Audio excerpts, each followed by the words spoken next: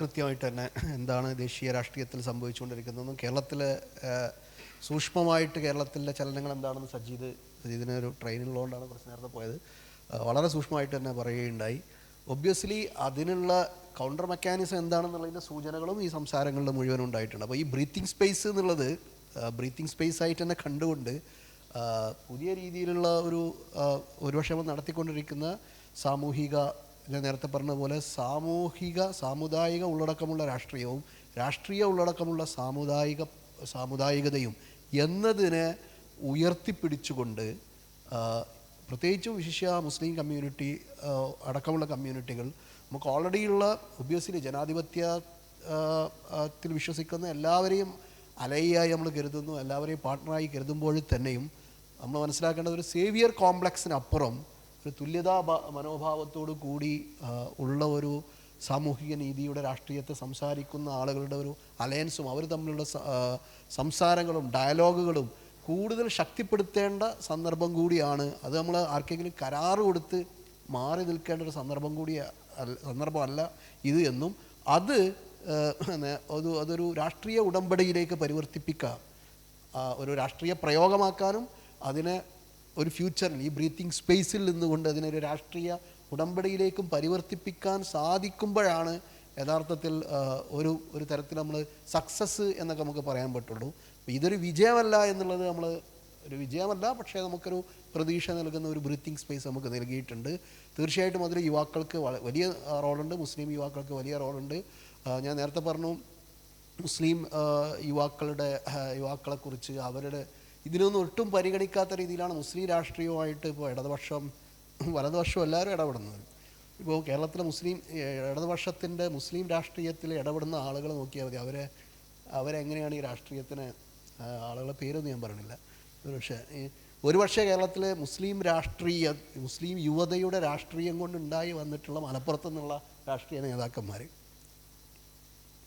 മുസ്ലിം രാഷ്ട്രീയത്തിൻ്റെ ഒരു പ്രതികരണമെന്ന നിലയിൽ ഉയർന്നു വന്ന രാഷ്ട്രീയ നേതാക്കന്മാർ, അവർ മുസ്ലിം രാഷ്ട്രീയത്തിൽ അവരുടെ ഒരു തരം എന്താ പറയുക ഒരു കോമാളിക്കളിക്കോ മാത്രം ഉപയോഗിക്കുന്നൊരു സാഹചര്യമാണ്. അതുകൊണ്ട് തന്നെ ആ രാഷ്ട്രീയത്തിൻ്റെ ഒരു പതനവും നമ്മൾ കണ്ടു. അതുകൊണ്ട് തന്നെ മുസ്ലിം രാഷ്ട്രീയത്തിന് മുന്നിൽ നിന്ന് നയിക്കുന്ന ഒരുപക്ഷെ കേരളത്തിൽ തന്നെ വളരെ സജീവമായിട്ട് സാമൂഹിക സാംസ്കാരിക മേഖലകളിൽ ഇടപെടുകയും പുതിയ രീതിയിലുള്ള തുറസ്സുകൾ സൃഷ്ടിക്കുകയും ചെയ്തിട്ടുള്ള മൂവ്മെൻറ്റാണ് സോളിഡാരിറ്റി പോലുള്ള മൂവ്മെൻറ്റുകൾ.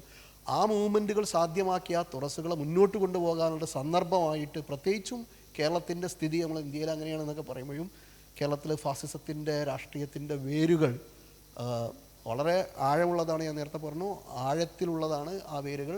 കാരണം 10,000-ഓളം ശാഖകൾ വർക്ക് ചെയ്യുന്ന, എന്ന് മാത്രമല്ല ഇപ്പോൾ RSS കേരളത്തിന് രണ്ടായി വിഭജിച്ചു. നമുക്കറിയാം, അതിന് 2 കൺവീനർമാരാണ്. ഇപ്പോൾ നോർത്ത് മേഖലയും കഴിഞ്ഞ പോലെ ഇലക്ഷൻ റിസൾട്ടിന് മുമ്പ് സൗത്തും അതിന് 2 പ്രചാരകന്മാരൊക്കെ വെച്ചിട്ട് ആക്റ്റീവ് ആവാൻ തീരുമാനിച്ചിരിക്കുന്നു. അങ്ങനെ ആക്റ്റീവായിട്ട് മുന്നോട്ട് പോകുന്നു, അത് അവരുടെ തീരുമാനം. പക്ഷേ നേരത്തെ പറഞ്ഞ പോലെ അതിനെതിരായിട്ടുള്ള പല രീതിയിലുള്ള മൂവ്മെൻറ്റുകൾ, ഇപ്പോൾ ശ്രീനാരായണ മാനവധർമ്മവേദിയുടെ പ്രവർത്തനങ്ങൾ പറഞ്ഞു, ദളിത് മേഖലയിൽ അതുമായിട്ടുള്ള മൂവ്മെൻറ്റുകളുണ്ട്, പലതരത്തിലുള്ള മൂവ്മെൻറ്റുകൾ.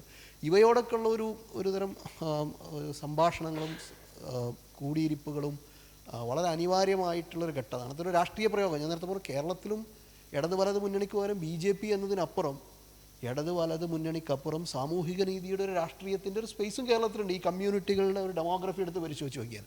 പക്ഷേ കേരളത്തിൽ അങ്ങനത്തെ രാഷ്ട്രീയ ഭാവന അതൊരു എന്താ പറയുക, പലപ്പോഴും നമ്മളുടെ ഒരു ഭൗതിക മണ്ഡലത്തെയും രാഷ്ട്രീയ മണ്ഡലത്തെയും ഒക്കെ നിർണ്ണയിക്കുന്നത് ഇടതുപക്ഷമായതുകൊണ്ട് അതൊരു കേവലം ജാർഗനുകളുടെ കളി മാത്രമാണെന്നാണ് പറയുന്നത് സാമൂഹ്യ നീതിയുടെ രാഷ്ട്രീയത്തെക്കുറിച്ച്. യു.പി.യെ പോലുള്ള ഒരു സ്ഥലത്തോ ബീഹാറിലെ പോലുള്ള സ്ഥലത്ത് വിജയിപ്പിച്ചതുപോലെ അതേ ഡെമോഗ്രഫി തന്നെയാണ്, അതേ രാഷ്ട്രീയ സംഗതികൾ തന്നെയാണ്. പക്ഷേ ഇതിനെ കൃത്യമായി അഡ്രസ്സ് ചെയ്യുന്ന ആളുകളുണ്ടാവണം. അത് ചെറുതാവാം. ആ ബാംസഫ് എന്നുള്ള ചെറിയൊരു മൂവ്മെൻറ്റാണ് BSP ആയിട്ട് പിന്നീട് പരിവർത്തിപ്പിക്കപ്പെടുന്നത്. അപ്പം അതിനുള്ളൊരു സാഹചര്യവും കേരളത്തിലുണ്ട്. ഞാൻ പറയുന്നത് ഇടത് വലത് മുന്നണി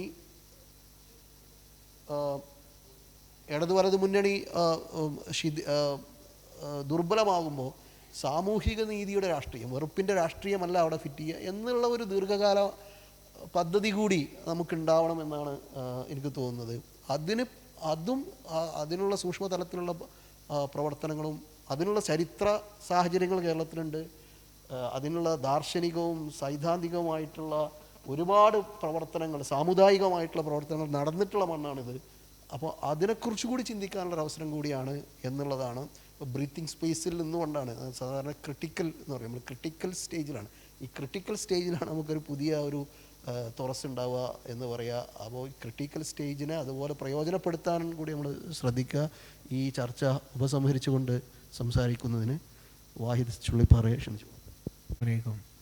സുധേഷ് ഏട്ടൻ, ബാബുരാജ് സാർ, പ്രതീഷ് ബി, സാദിഖ് സാഹിബ്, ഇതിലിനി ഒരു കമൻറ്റ് പറയുന്നത് ഒരു അനാവശ്യവും ആയിട്ടുള്ള കാര്യമാണ്.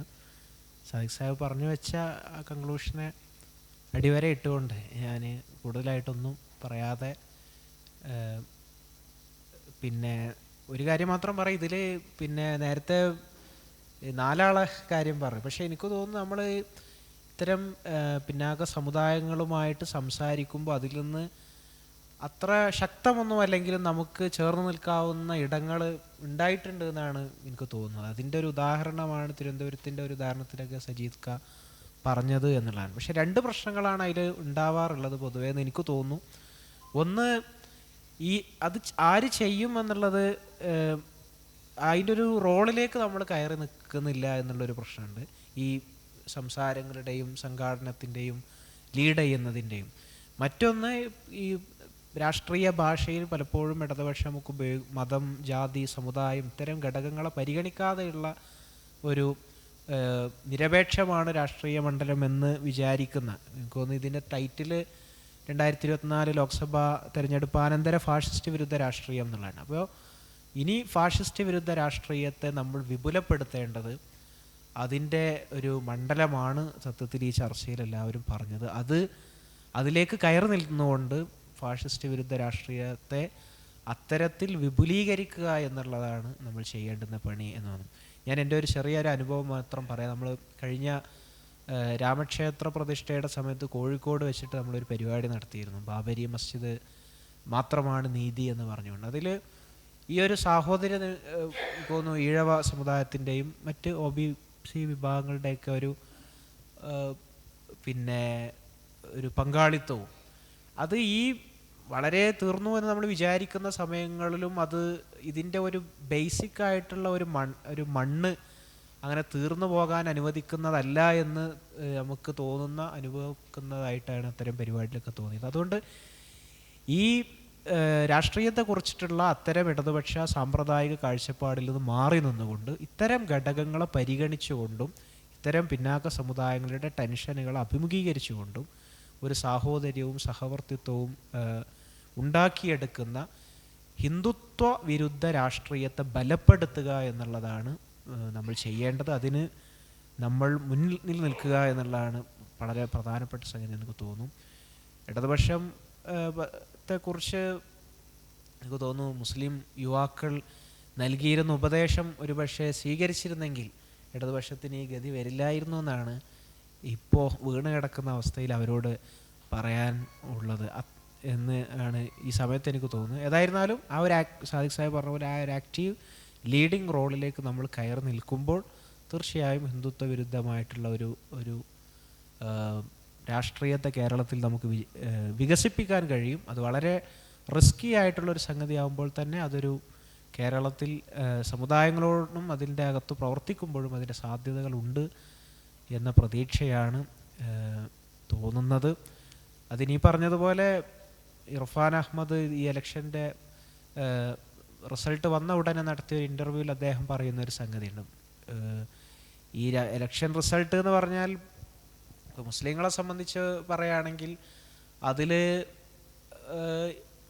വലിയൊരു സംഗതി ഇല്ല സത്യം പറഞ്ഞാൽ. കാരണം ഈ പറഞ്ഞ പോലെ രാഹുൽ ഗാന്ധി മുസ്ലിം എന്ന് ഉപയോഗിക്കുന്നില്ല എന്നതൊരു സംഗതി, അത് ഒരിക്കൽ പോലും ഉപയോഗിക്കുന്നില്ല. മുസ്ലിം അപ്പീസ്മെൻറ്റ് ഒരുപാട് കാലമായി സംഘപരിവാർ ഉപയോഗിക്കുന്നു, പക്ഷെ ഒരിക്കൽ പോലും അതിനെ അഡ്രസ്സ് ചെയ്തിട്ടുള്ള ഒരു രാഷ്ട്രീയം കോൺഗ്രസ് സംസാരിച്ചിട്ടില്ല, ഇപ്പോഴും അത് സംസാരിക്കുന്നില്ല. മറ്റൊരു പ്രശ്നം ജനാധിപത്യം, സാമൂഹ്യനീതി, ഇതാണ് ഇന്ത്യ മുന്നണി ജയിക്കുമ്പോൾ വരുന്നത് എന്ന് പറയുമ്പോൾ പോലും അതിൽ ഈ ആരാണ് ജയിപ്പിച്ചത് എന്നുള്ള ഇത്തരം സമുദായങ്ങളുടെ ജാഗ്രത, പ്രത്യേകിച്ച് മുസ്ലിം സമുദായത്തിൻ്റെ രാഷ്ട്രീയ ജാഗ്രത ഒരിക്കൽ പോലും അഭിമുഖീകരിക്കുന്നില്ല എന്നുള്ളത്. ആ രാഷ്ട്രീയ ജാഗ്രതയെ മൂലധനമാക്കിക്കൊണ്ടുള്ള ഫാഷിസ്റ്റ് വിരുദ്ധ രാഷ്ട്രീയം വികസിക്കണം എന്നുകൂടി പറഞ്ഞുകൊണ്ട് ഈ പറഞ്ഞ കാര്യങ്ങളെ വീണ്ടും നമ്മൾ കൂടുതലായി അതിനെ ഏറ്റെടുക്കണം എന്നുകൂടി അഭ്യർത്ഥിച്ചുകൊണ്ട്, പ്രത്യേകിച്ച് സോളിഡാരിറ്റി SIO പോലുള്ള മൂവ്മെൻറ്റുകൾ നമുക്ക് ഇതിൽ നിർണായകമായിട്ട് ഒരുപാട് കാര്യങ്ങൾ ചെയ്യാനുണ്ട് എന്നുകൂടി പറഞ്ഞുകൊണ്ട് ഞാൻ അവസാനിപ്പിക്കുന്നു. എല്ലാവർക്കും നന്ദി. അസ്സലാമു അലൈക്കും.